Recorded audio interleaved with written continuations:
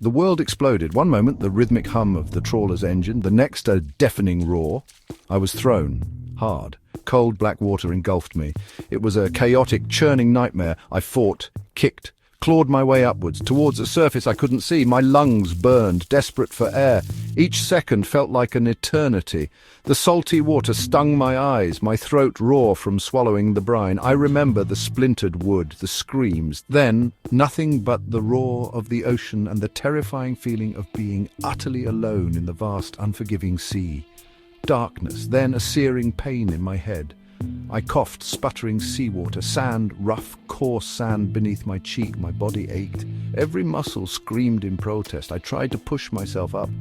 My arms trembled with the effort. The sound of waves crashing nearby was a constant, menacing reminder. Where was I? The last thing I remembered was the storm, the rogue wave, the boat, the vanishing beneath the churning foam. Now this, just sand, and the relentless sun beginning to beat down.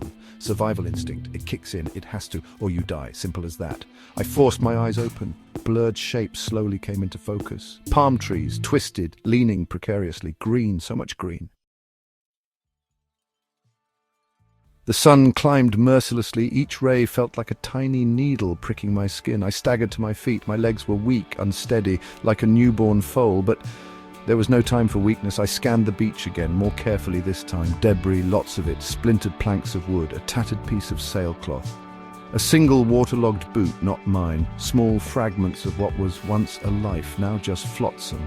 Perhaps something useful had washed ashore, something to help me fight back against this hostile environment. It was a slim chance, but it was all I had. I started to walk, slowly, painfully. My head still throbbed with a dull, persistent ache. The sand was soft, yielding under my bare feet. Hot, very hot. Each step was an effort. I focused on the task, one foot in front of the other. Search, scan, look for anything that could give me an edge. A piece of rope, a container, a knife, even a piece of sharp metal. The silence was unnerving, broken only by the waves and the distant screech of unseen birds. It was the silence of isolation. A profound, crushing loneliness began to settle in. Fear, cold and sharp, pricked at the edges of my resolve. Amongst the tangled seaweed and broken shells, I spotted something, a dull glint of metal. My heart leaped. The sun was relentless, a fiery orb in a cloudless sky. My throat felt like sandpaper. Thirst, it was becoming an urgent, overriding need. More pressing even than hunger. The human body can go weeks without food, but only days without water, especially in this heat. I knew I had to find a fresh water source, and soon. The seawater I'd swallowed earlier was now a cruel reminder of what I couldn't drink. The salt would only dehydrate me further, a painful, lingering death. That wasn't an option. I had to fight. I had to find it. I turned my back on the mocking ocean, faced the jungle. It looked dark, foreboding. A wall of impenetrable green, but somewhere in there had to be water. Rainwater collected in leaves, a stream, a spring. I had to believe it. My survival depended on it. I took a tentative step towards the tree line. The air grew heavy, humid, thick with the scent of damp earth and unknown blossoms. Strange sounds emanated from within. As the afternoon wore on, the sky began to change. The brilliant blue faded, replaced by a bruised, ominous grey. Clouds gathered on the horizon, moving fast, too fast. A storm was brewing. I could feel it in the air. The wind picked up, whistling through the trees, carrying the scent of rain, and something else, a raw, untamed power. Shelter. I needed shelter, and quickly. The thought of being caught out in the open, exposed to the elements, was a chilling one. Hypothermia was a real risk, even in the tropics, especially if I got soaked. I scanned my surroundings frantically. The dense jungle offered some cover. But I needed something more substantial, something to keep the wind and rain out. I spotted a cluster of large rocks near the edge of the jungle. Overhang, not a cave, but perhaps enough to offer some protection. I scrambled towards it, my earlier search for water momentarily forgotten, replaced by this new urgent priority. The first fat drops of rain began to fall, splattering on the leaves around me, each one a warning. The storm eventually subsided, leaving behind a world washed clean and utterly battered. The jungle dripped, the air was cool, fresh. I emerged from my rocky refuge, stiff, sore, but alive. The immediate threat had passed, but new ones loomed. Hunger. It was a dull ache in my stomach now, growing more insistent. The dented tin was a mystery. I wasn't ready to risk opening it yet, not until I knew what else this island might offer or withhold. My priority had shifted back from immediate shelter to sustenance. Water first, then food. I decided to return to the beach. The jungle felt too oppressive, too dangerous in my current state. The shoreline might offer easier pickings. Shellfish, crabs, perhaps some edible seaweed. I retraced my steps. The ground was slick with mud, treacherous. The debris on the beach had been rearranged by the storm. Some items washed further inland, others dragged back out to sea. It was a constantly changing landscape, a reminder that nothing here was permanent or safe. The ocean, now calmer, still looked menacing. Its vastness a constant weight on my spirit. I walked along the high tide line, scanning the sand, the rocks, looking for any sign of life or anything edible. My eyes, now accustomed to searching, picked out small movements, tiny crabs scuttling sideways, disappearing into holes in the sand. Section 6. The Night Terrors. Sounds in the darkness. Darkness fell quickly in the tropics. Like a thick blanket being thrown over the world, the brief twilight faded, replaced by an inky blackness. The jungle, which had seemed merely foreboding by day, transformed into a place of terrifying mystery by night. Every rustle of leaves, every snap of a twig, sounded amplified, menacing. My makeshift shelter under the rock overhang felt pitifully inadequate. I had managed to crack open one coconut, bashing it repeatedly against a sharp edge of rock. The sweet water was relief, the flesh tough but nourishing. It wasn't much, but it was something.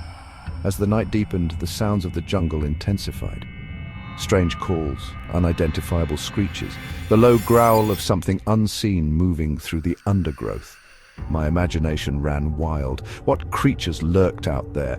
Predators, venomous snakes, things I had no name for. Fear was a constant companion, a cold knot in my stomach. I strained my ears, trying to decipher the noises, to identify potential threats. Sleep was impossible. Section 7. A glimmer of hope. Fresh water at last. Dawn finally broke, a pale, hesitant light filtering through the jungle canopy. The terrifying sounds of the night receded, replaced by the chirping of birds. A more welcome chorus. I was stiff, cold, exhausted. But I had made it through the night, another small victory. The immediate priority remained fresh water. The coconut water was a temporary fix, not a sustainable source. I needed to find a proper spring or stream. My life depended on it. The thirst was a constant nagging reminder of my vulnerability. It drove me onward. With the new light, I felt a renewed sense of determination. I decided to explore further inland, away from the immediate coastline, deeper into the jungle. It was a risk. Getting lost was a real possibility, but staying put, relying on coconuts, was a slower path to failure. I needed to be proactive, to take control of my situation as much as possible. I marked my trail, breaking small branches, notching trees, anything to help me find my way back. The jungle was a labyrinth, disorienting. Every direction looked the same, a relentless wall of green. I pushed through thick vegetation, scrambling over fallen logs, wading through muddy patches left by the storm. My ears were pricked. Section 8. The approaching squall. Nature's fury unleashed. My elation at finding fresh water was short-lived. As I refilled a salvaged plastic bottle, a precious find from the beach debris, the sky began to darken once more, not with the slow gathering of a nightfall, but with an unnatural, swift malevolence. The air grew heavy, charged with an electric tension. The birdsong ceased abruptly. An eerie silence descended upon the jungle, broken only by the distant, ominous rumble of thunder. It was a sound I was becoming all too familiar with. Another storm, and this one felt different, more aggressive, more menacing than the last. I knew I couldn't make it back to my meager rock overhang in time. The storm was approaching with terrifying speed. Black clouds billowed and churned, swallowing the sky. The wind began to howl through the trees, whipping branches into a frenzy. I needed shelter, immediately. I scanned my surroundings desperately. The jungle here was dense, offering little in the way of natural protection from a truly violent squall. My previous shelter had been inadequate. This storm promised to be far worse. Panic threatened to surface, but I fought it down. Think, act, survive. These were the watchwords. Section 9. Footprints not my own, a chilling discovery. The squall, though ferocious, passed quickly. It left the jungle battered and waterlogged. I crawled out, soaked but unharmed. The air was still charged, but the danger had passed. I checked my water source. Had the stream been contaminated or had its course been altered? Survival felt like one step forward, two steps back. As I made my way through the debris, something caught my eye, something that made the hairs on my neck stand on end. There in the mud was a footprint, unmistakably human, and it was not mine.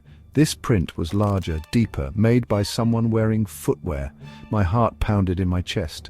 A cold dread washed over me. I crouched down, examining the print. It was fresh, very fresh, made since the squall had passed.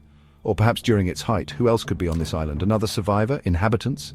The thought sent a shiver down my spine. Were they friendly or hostile? I was no longer just battling the elements. There was another human factor in this equation.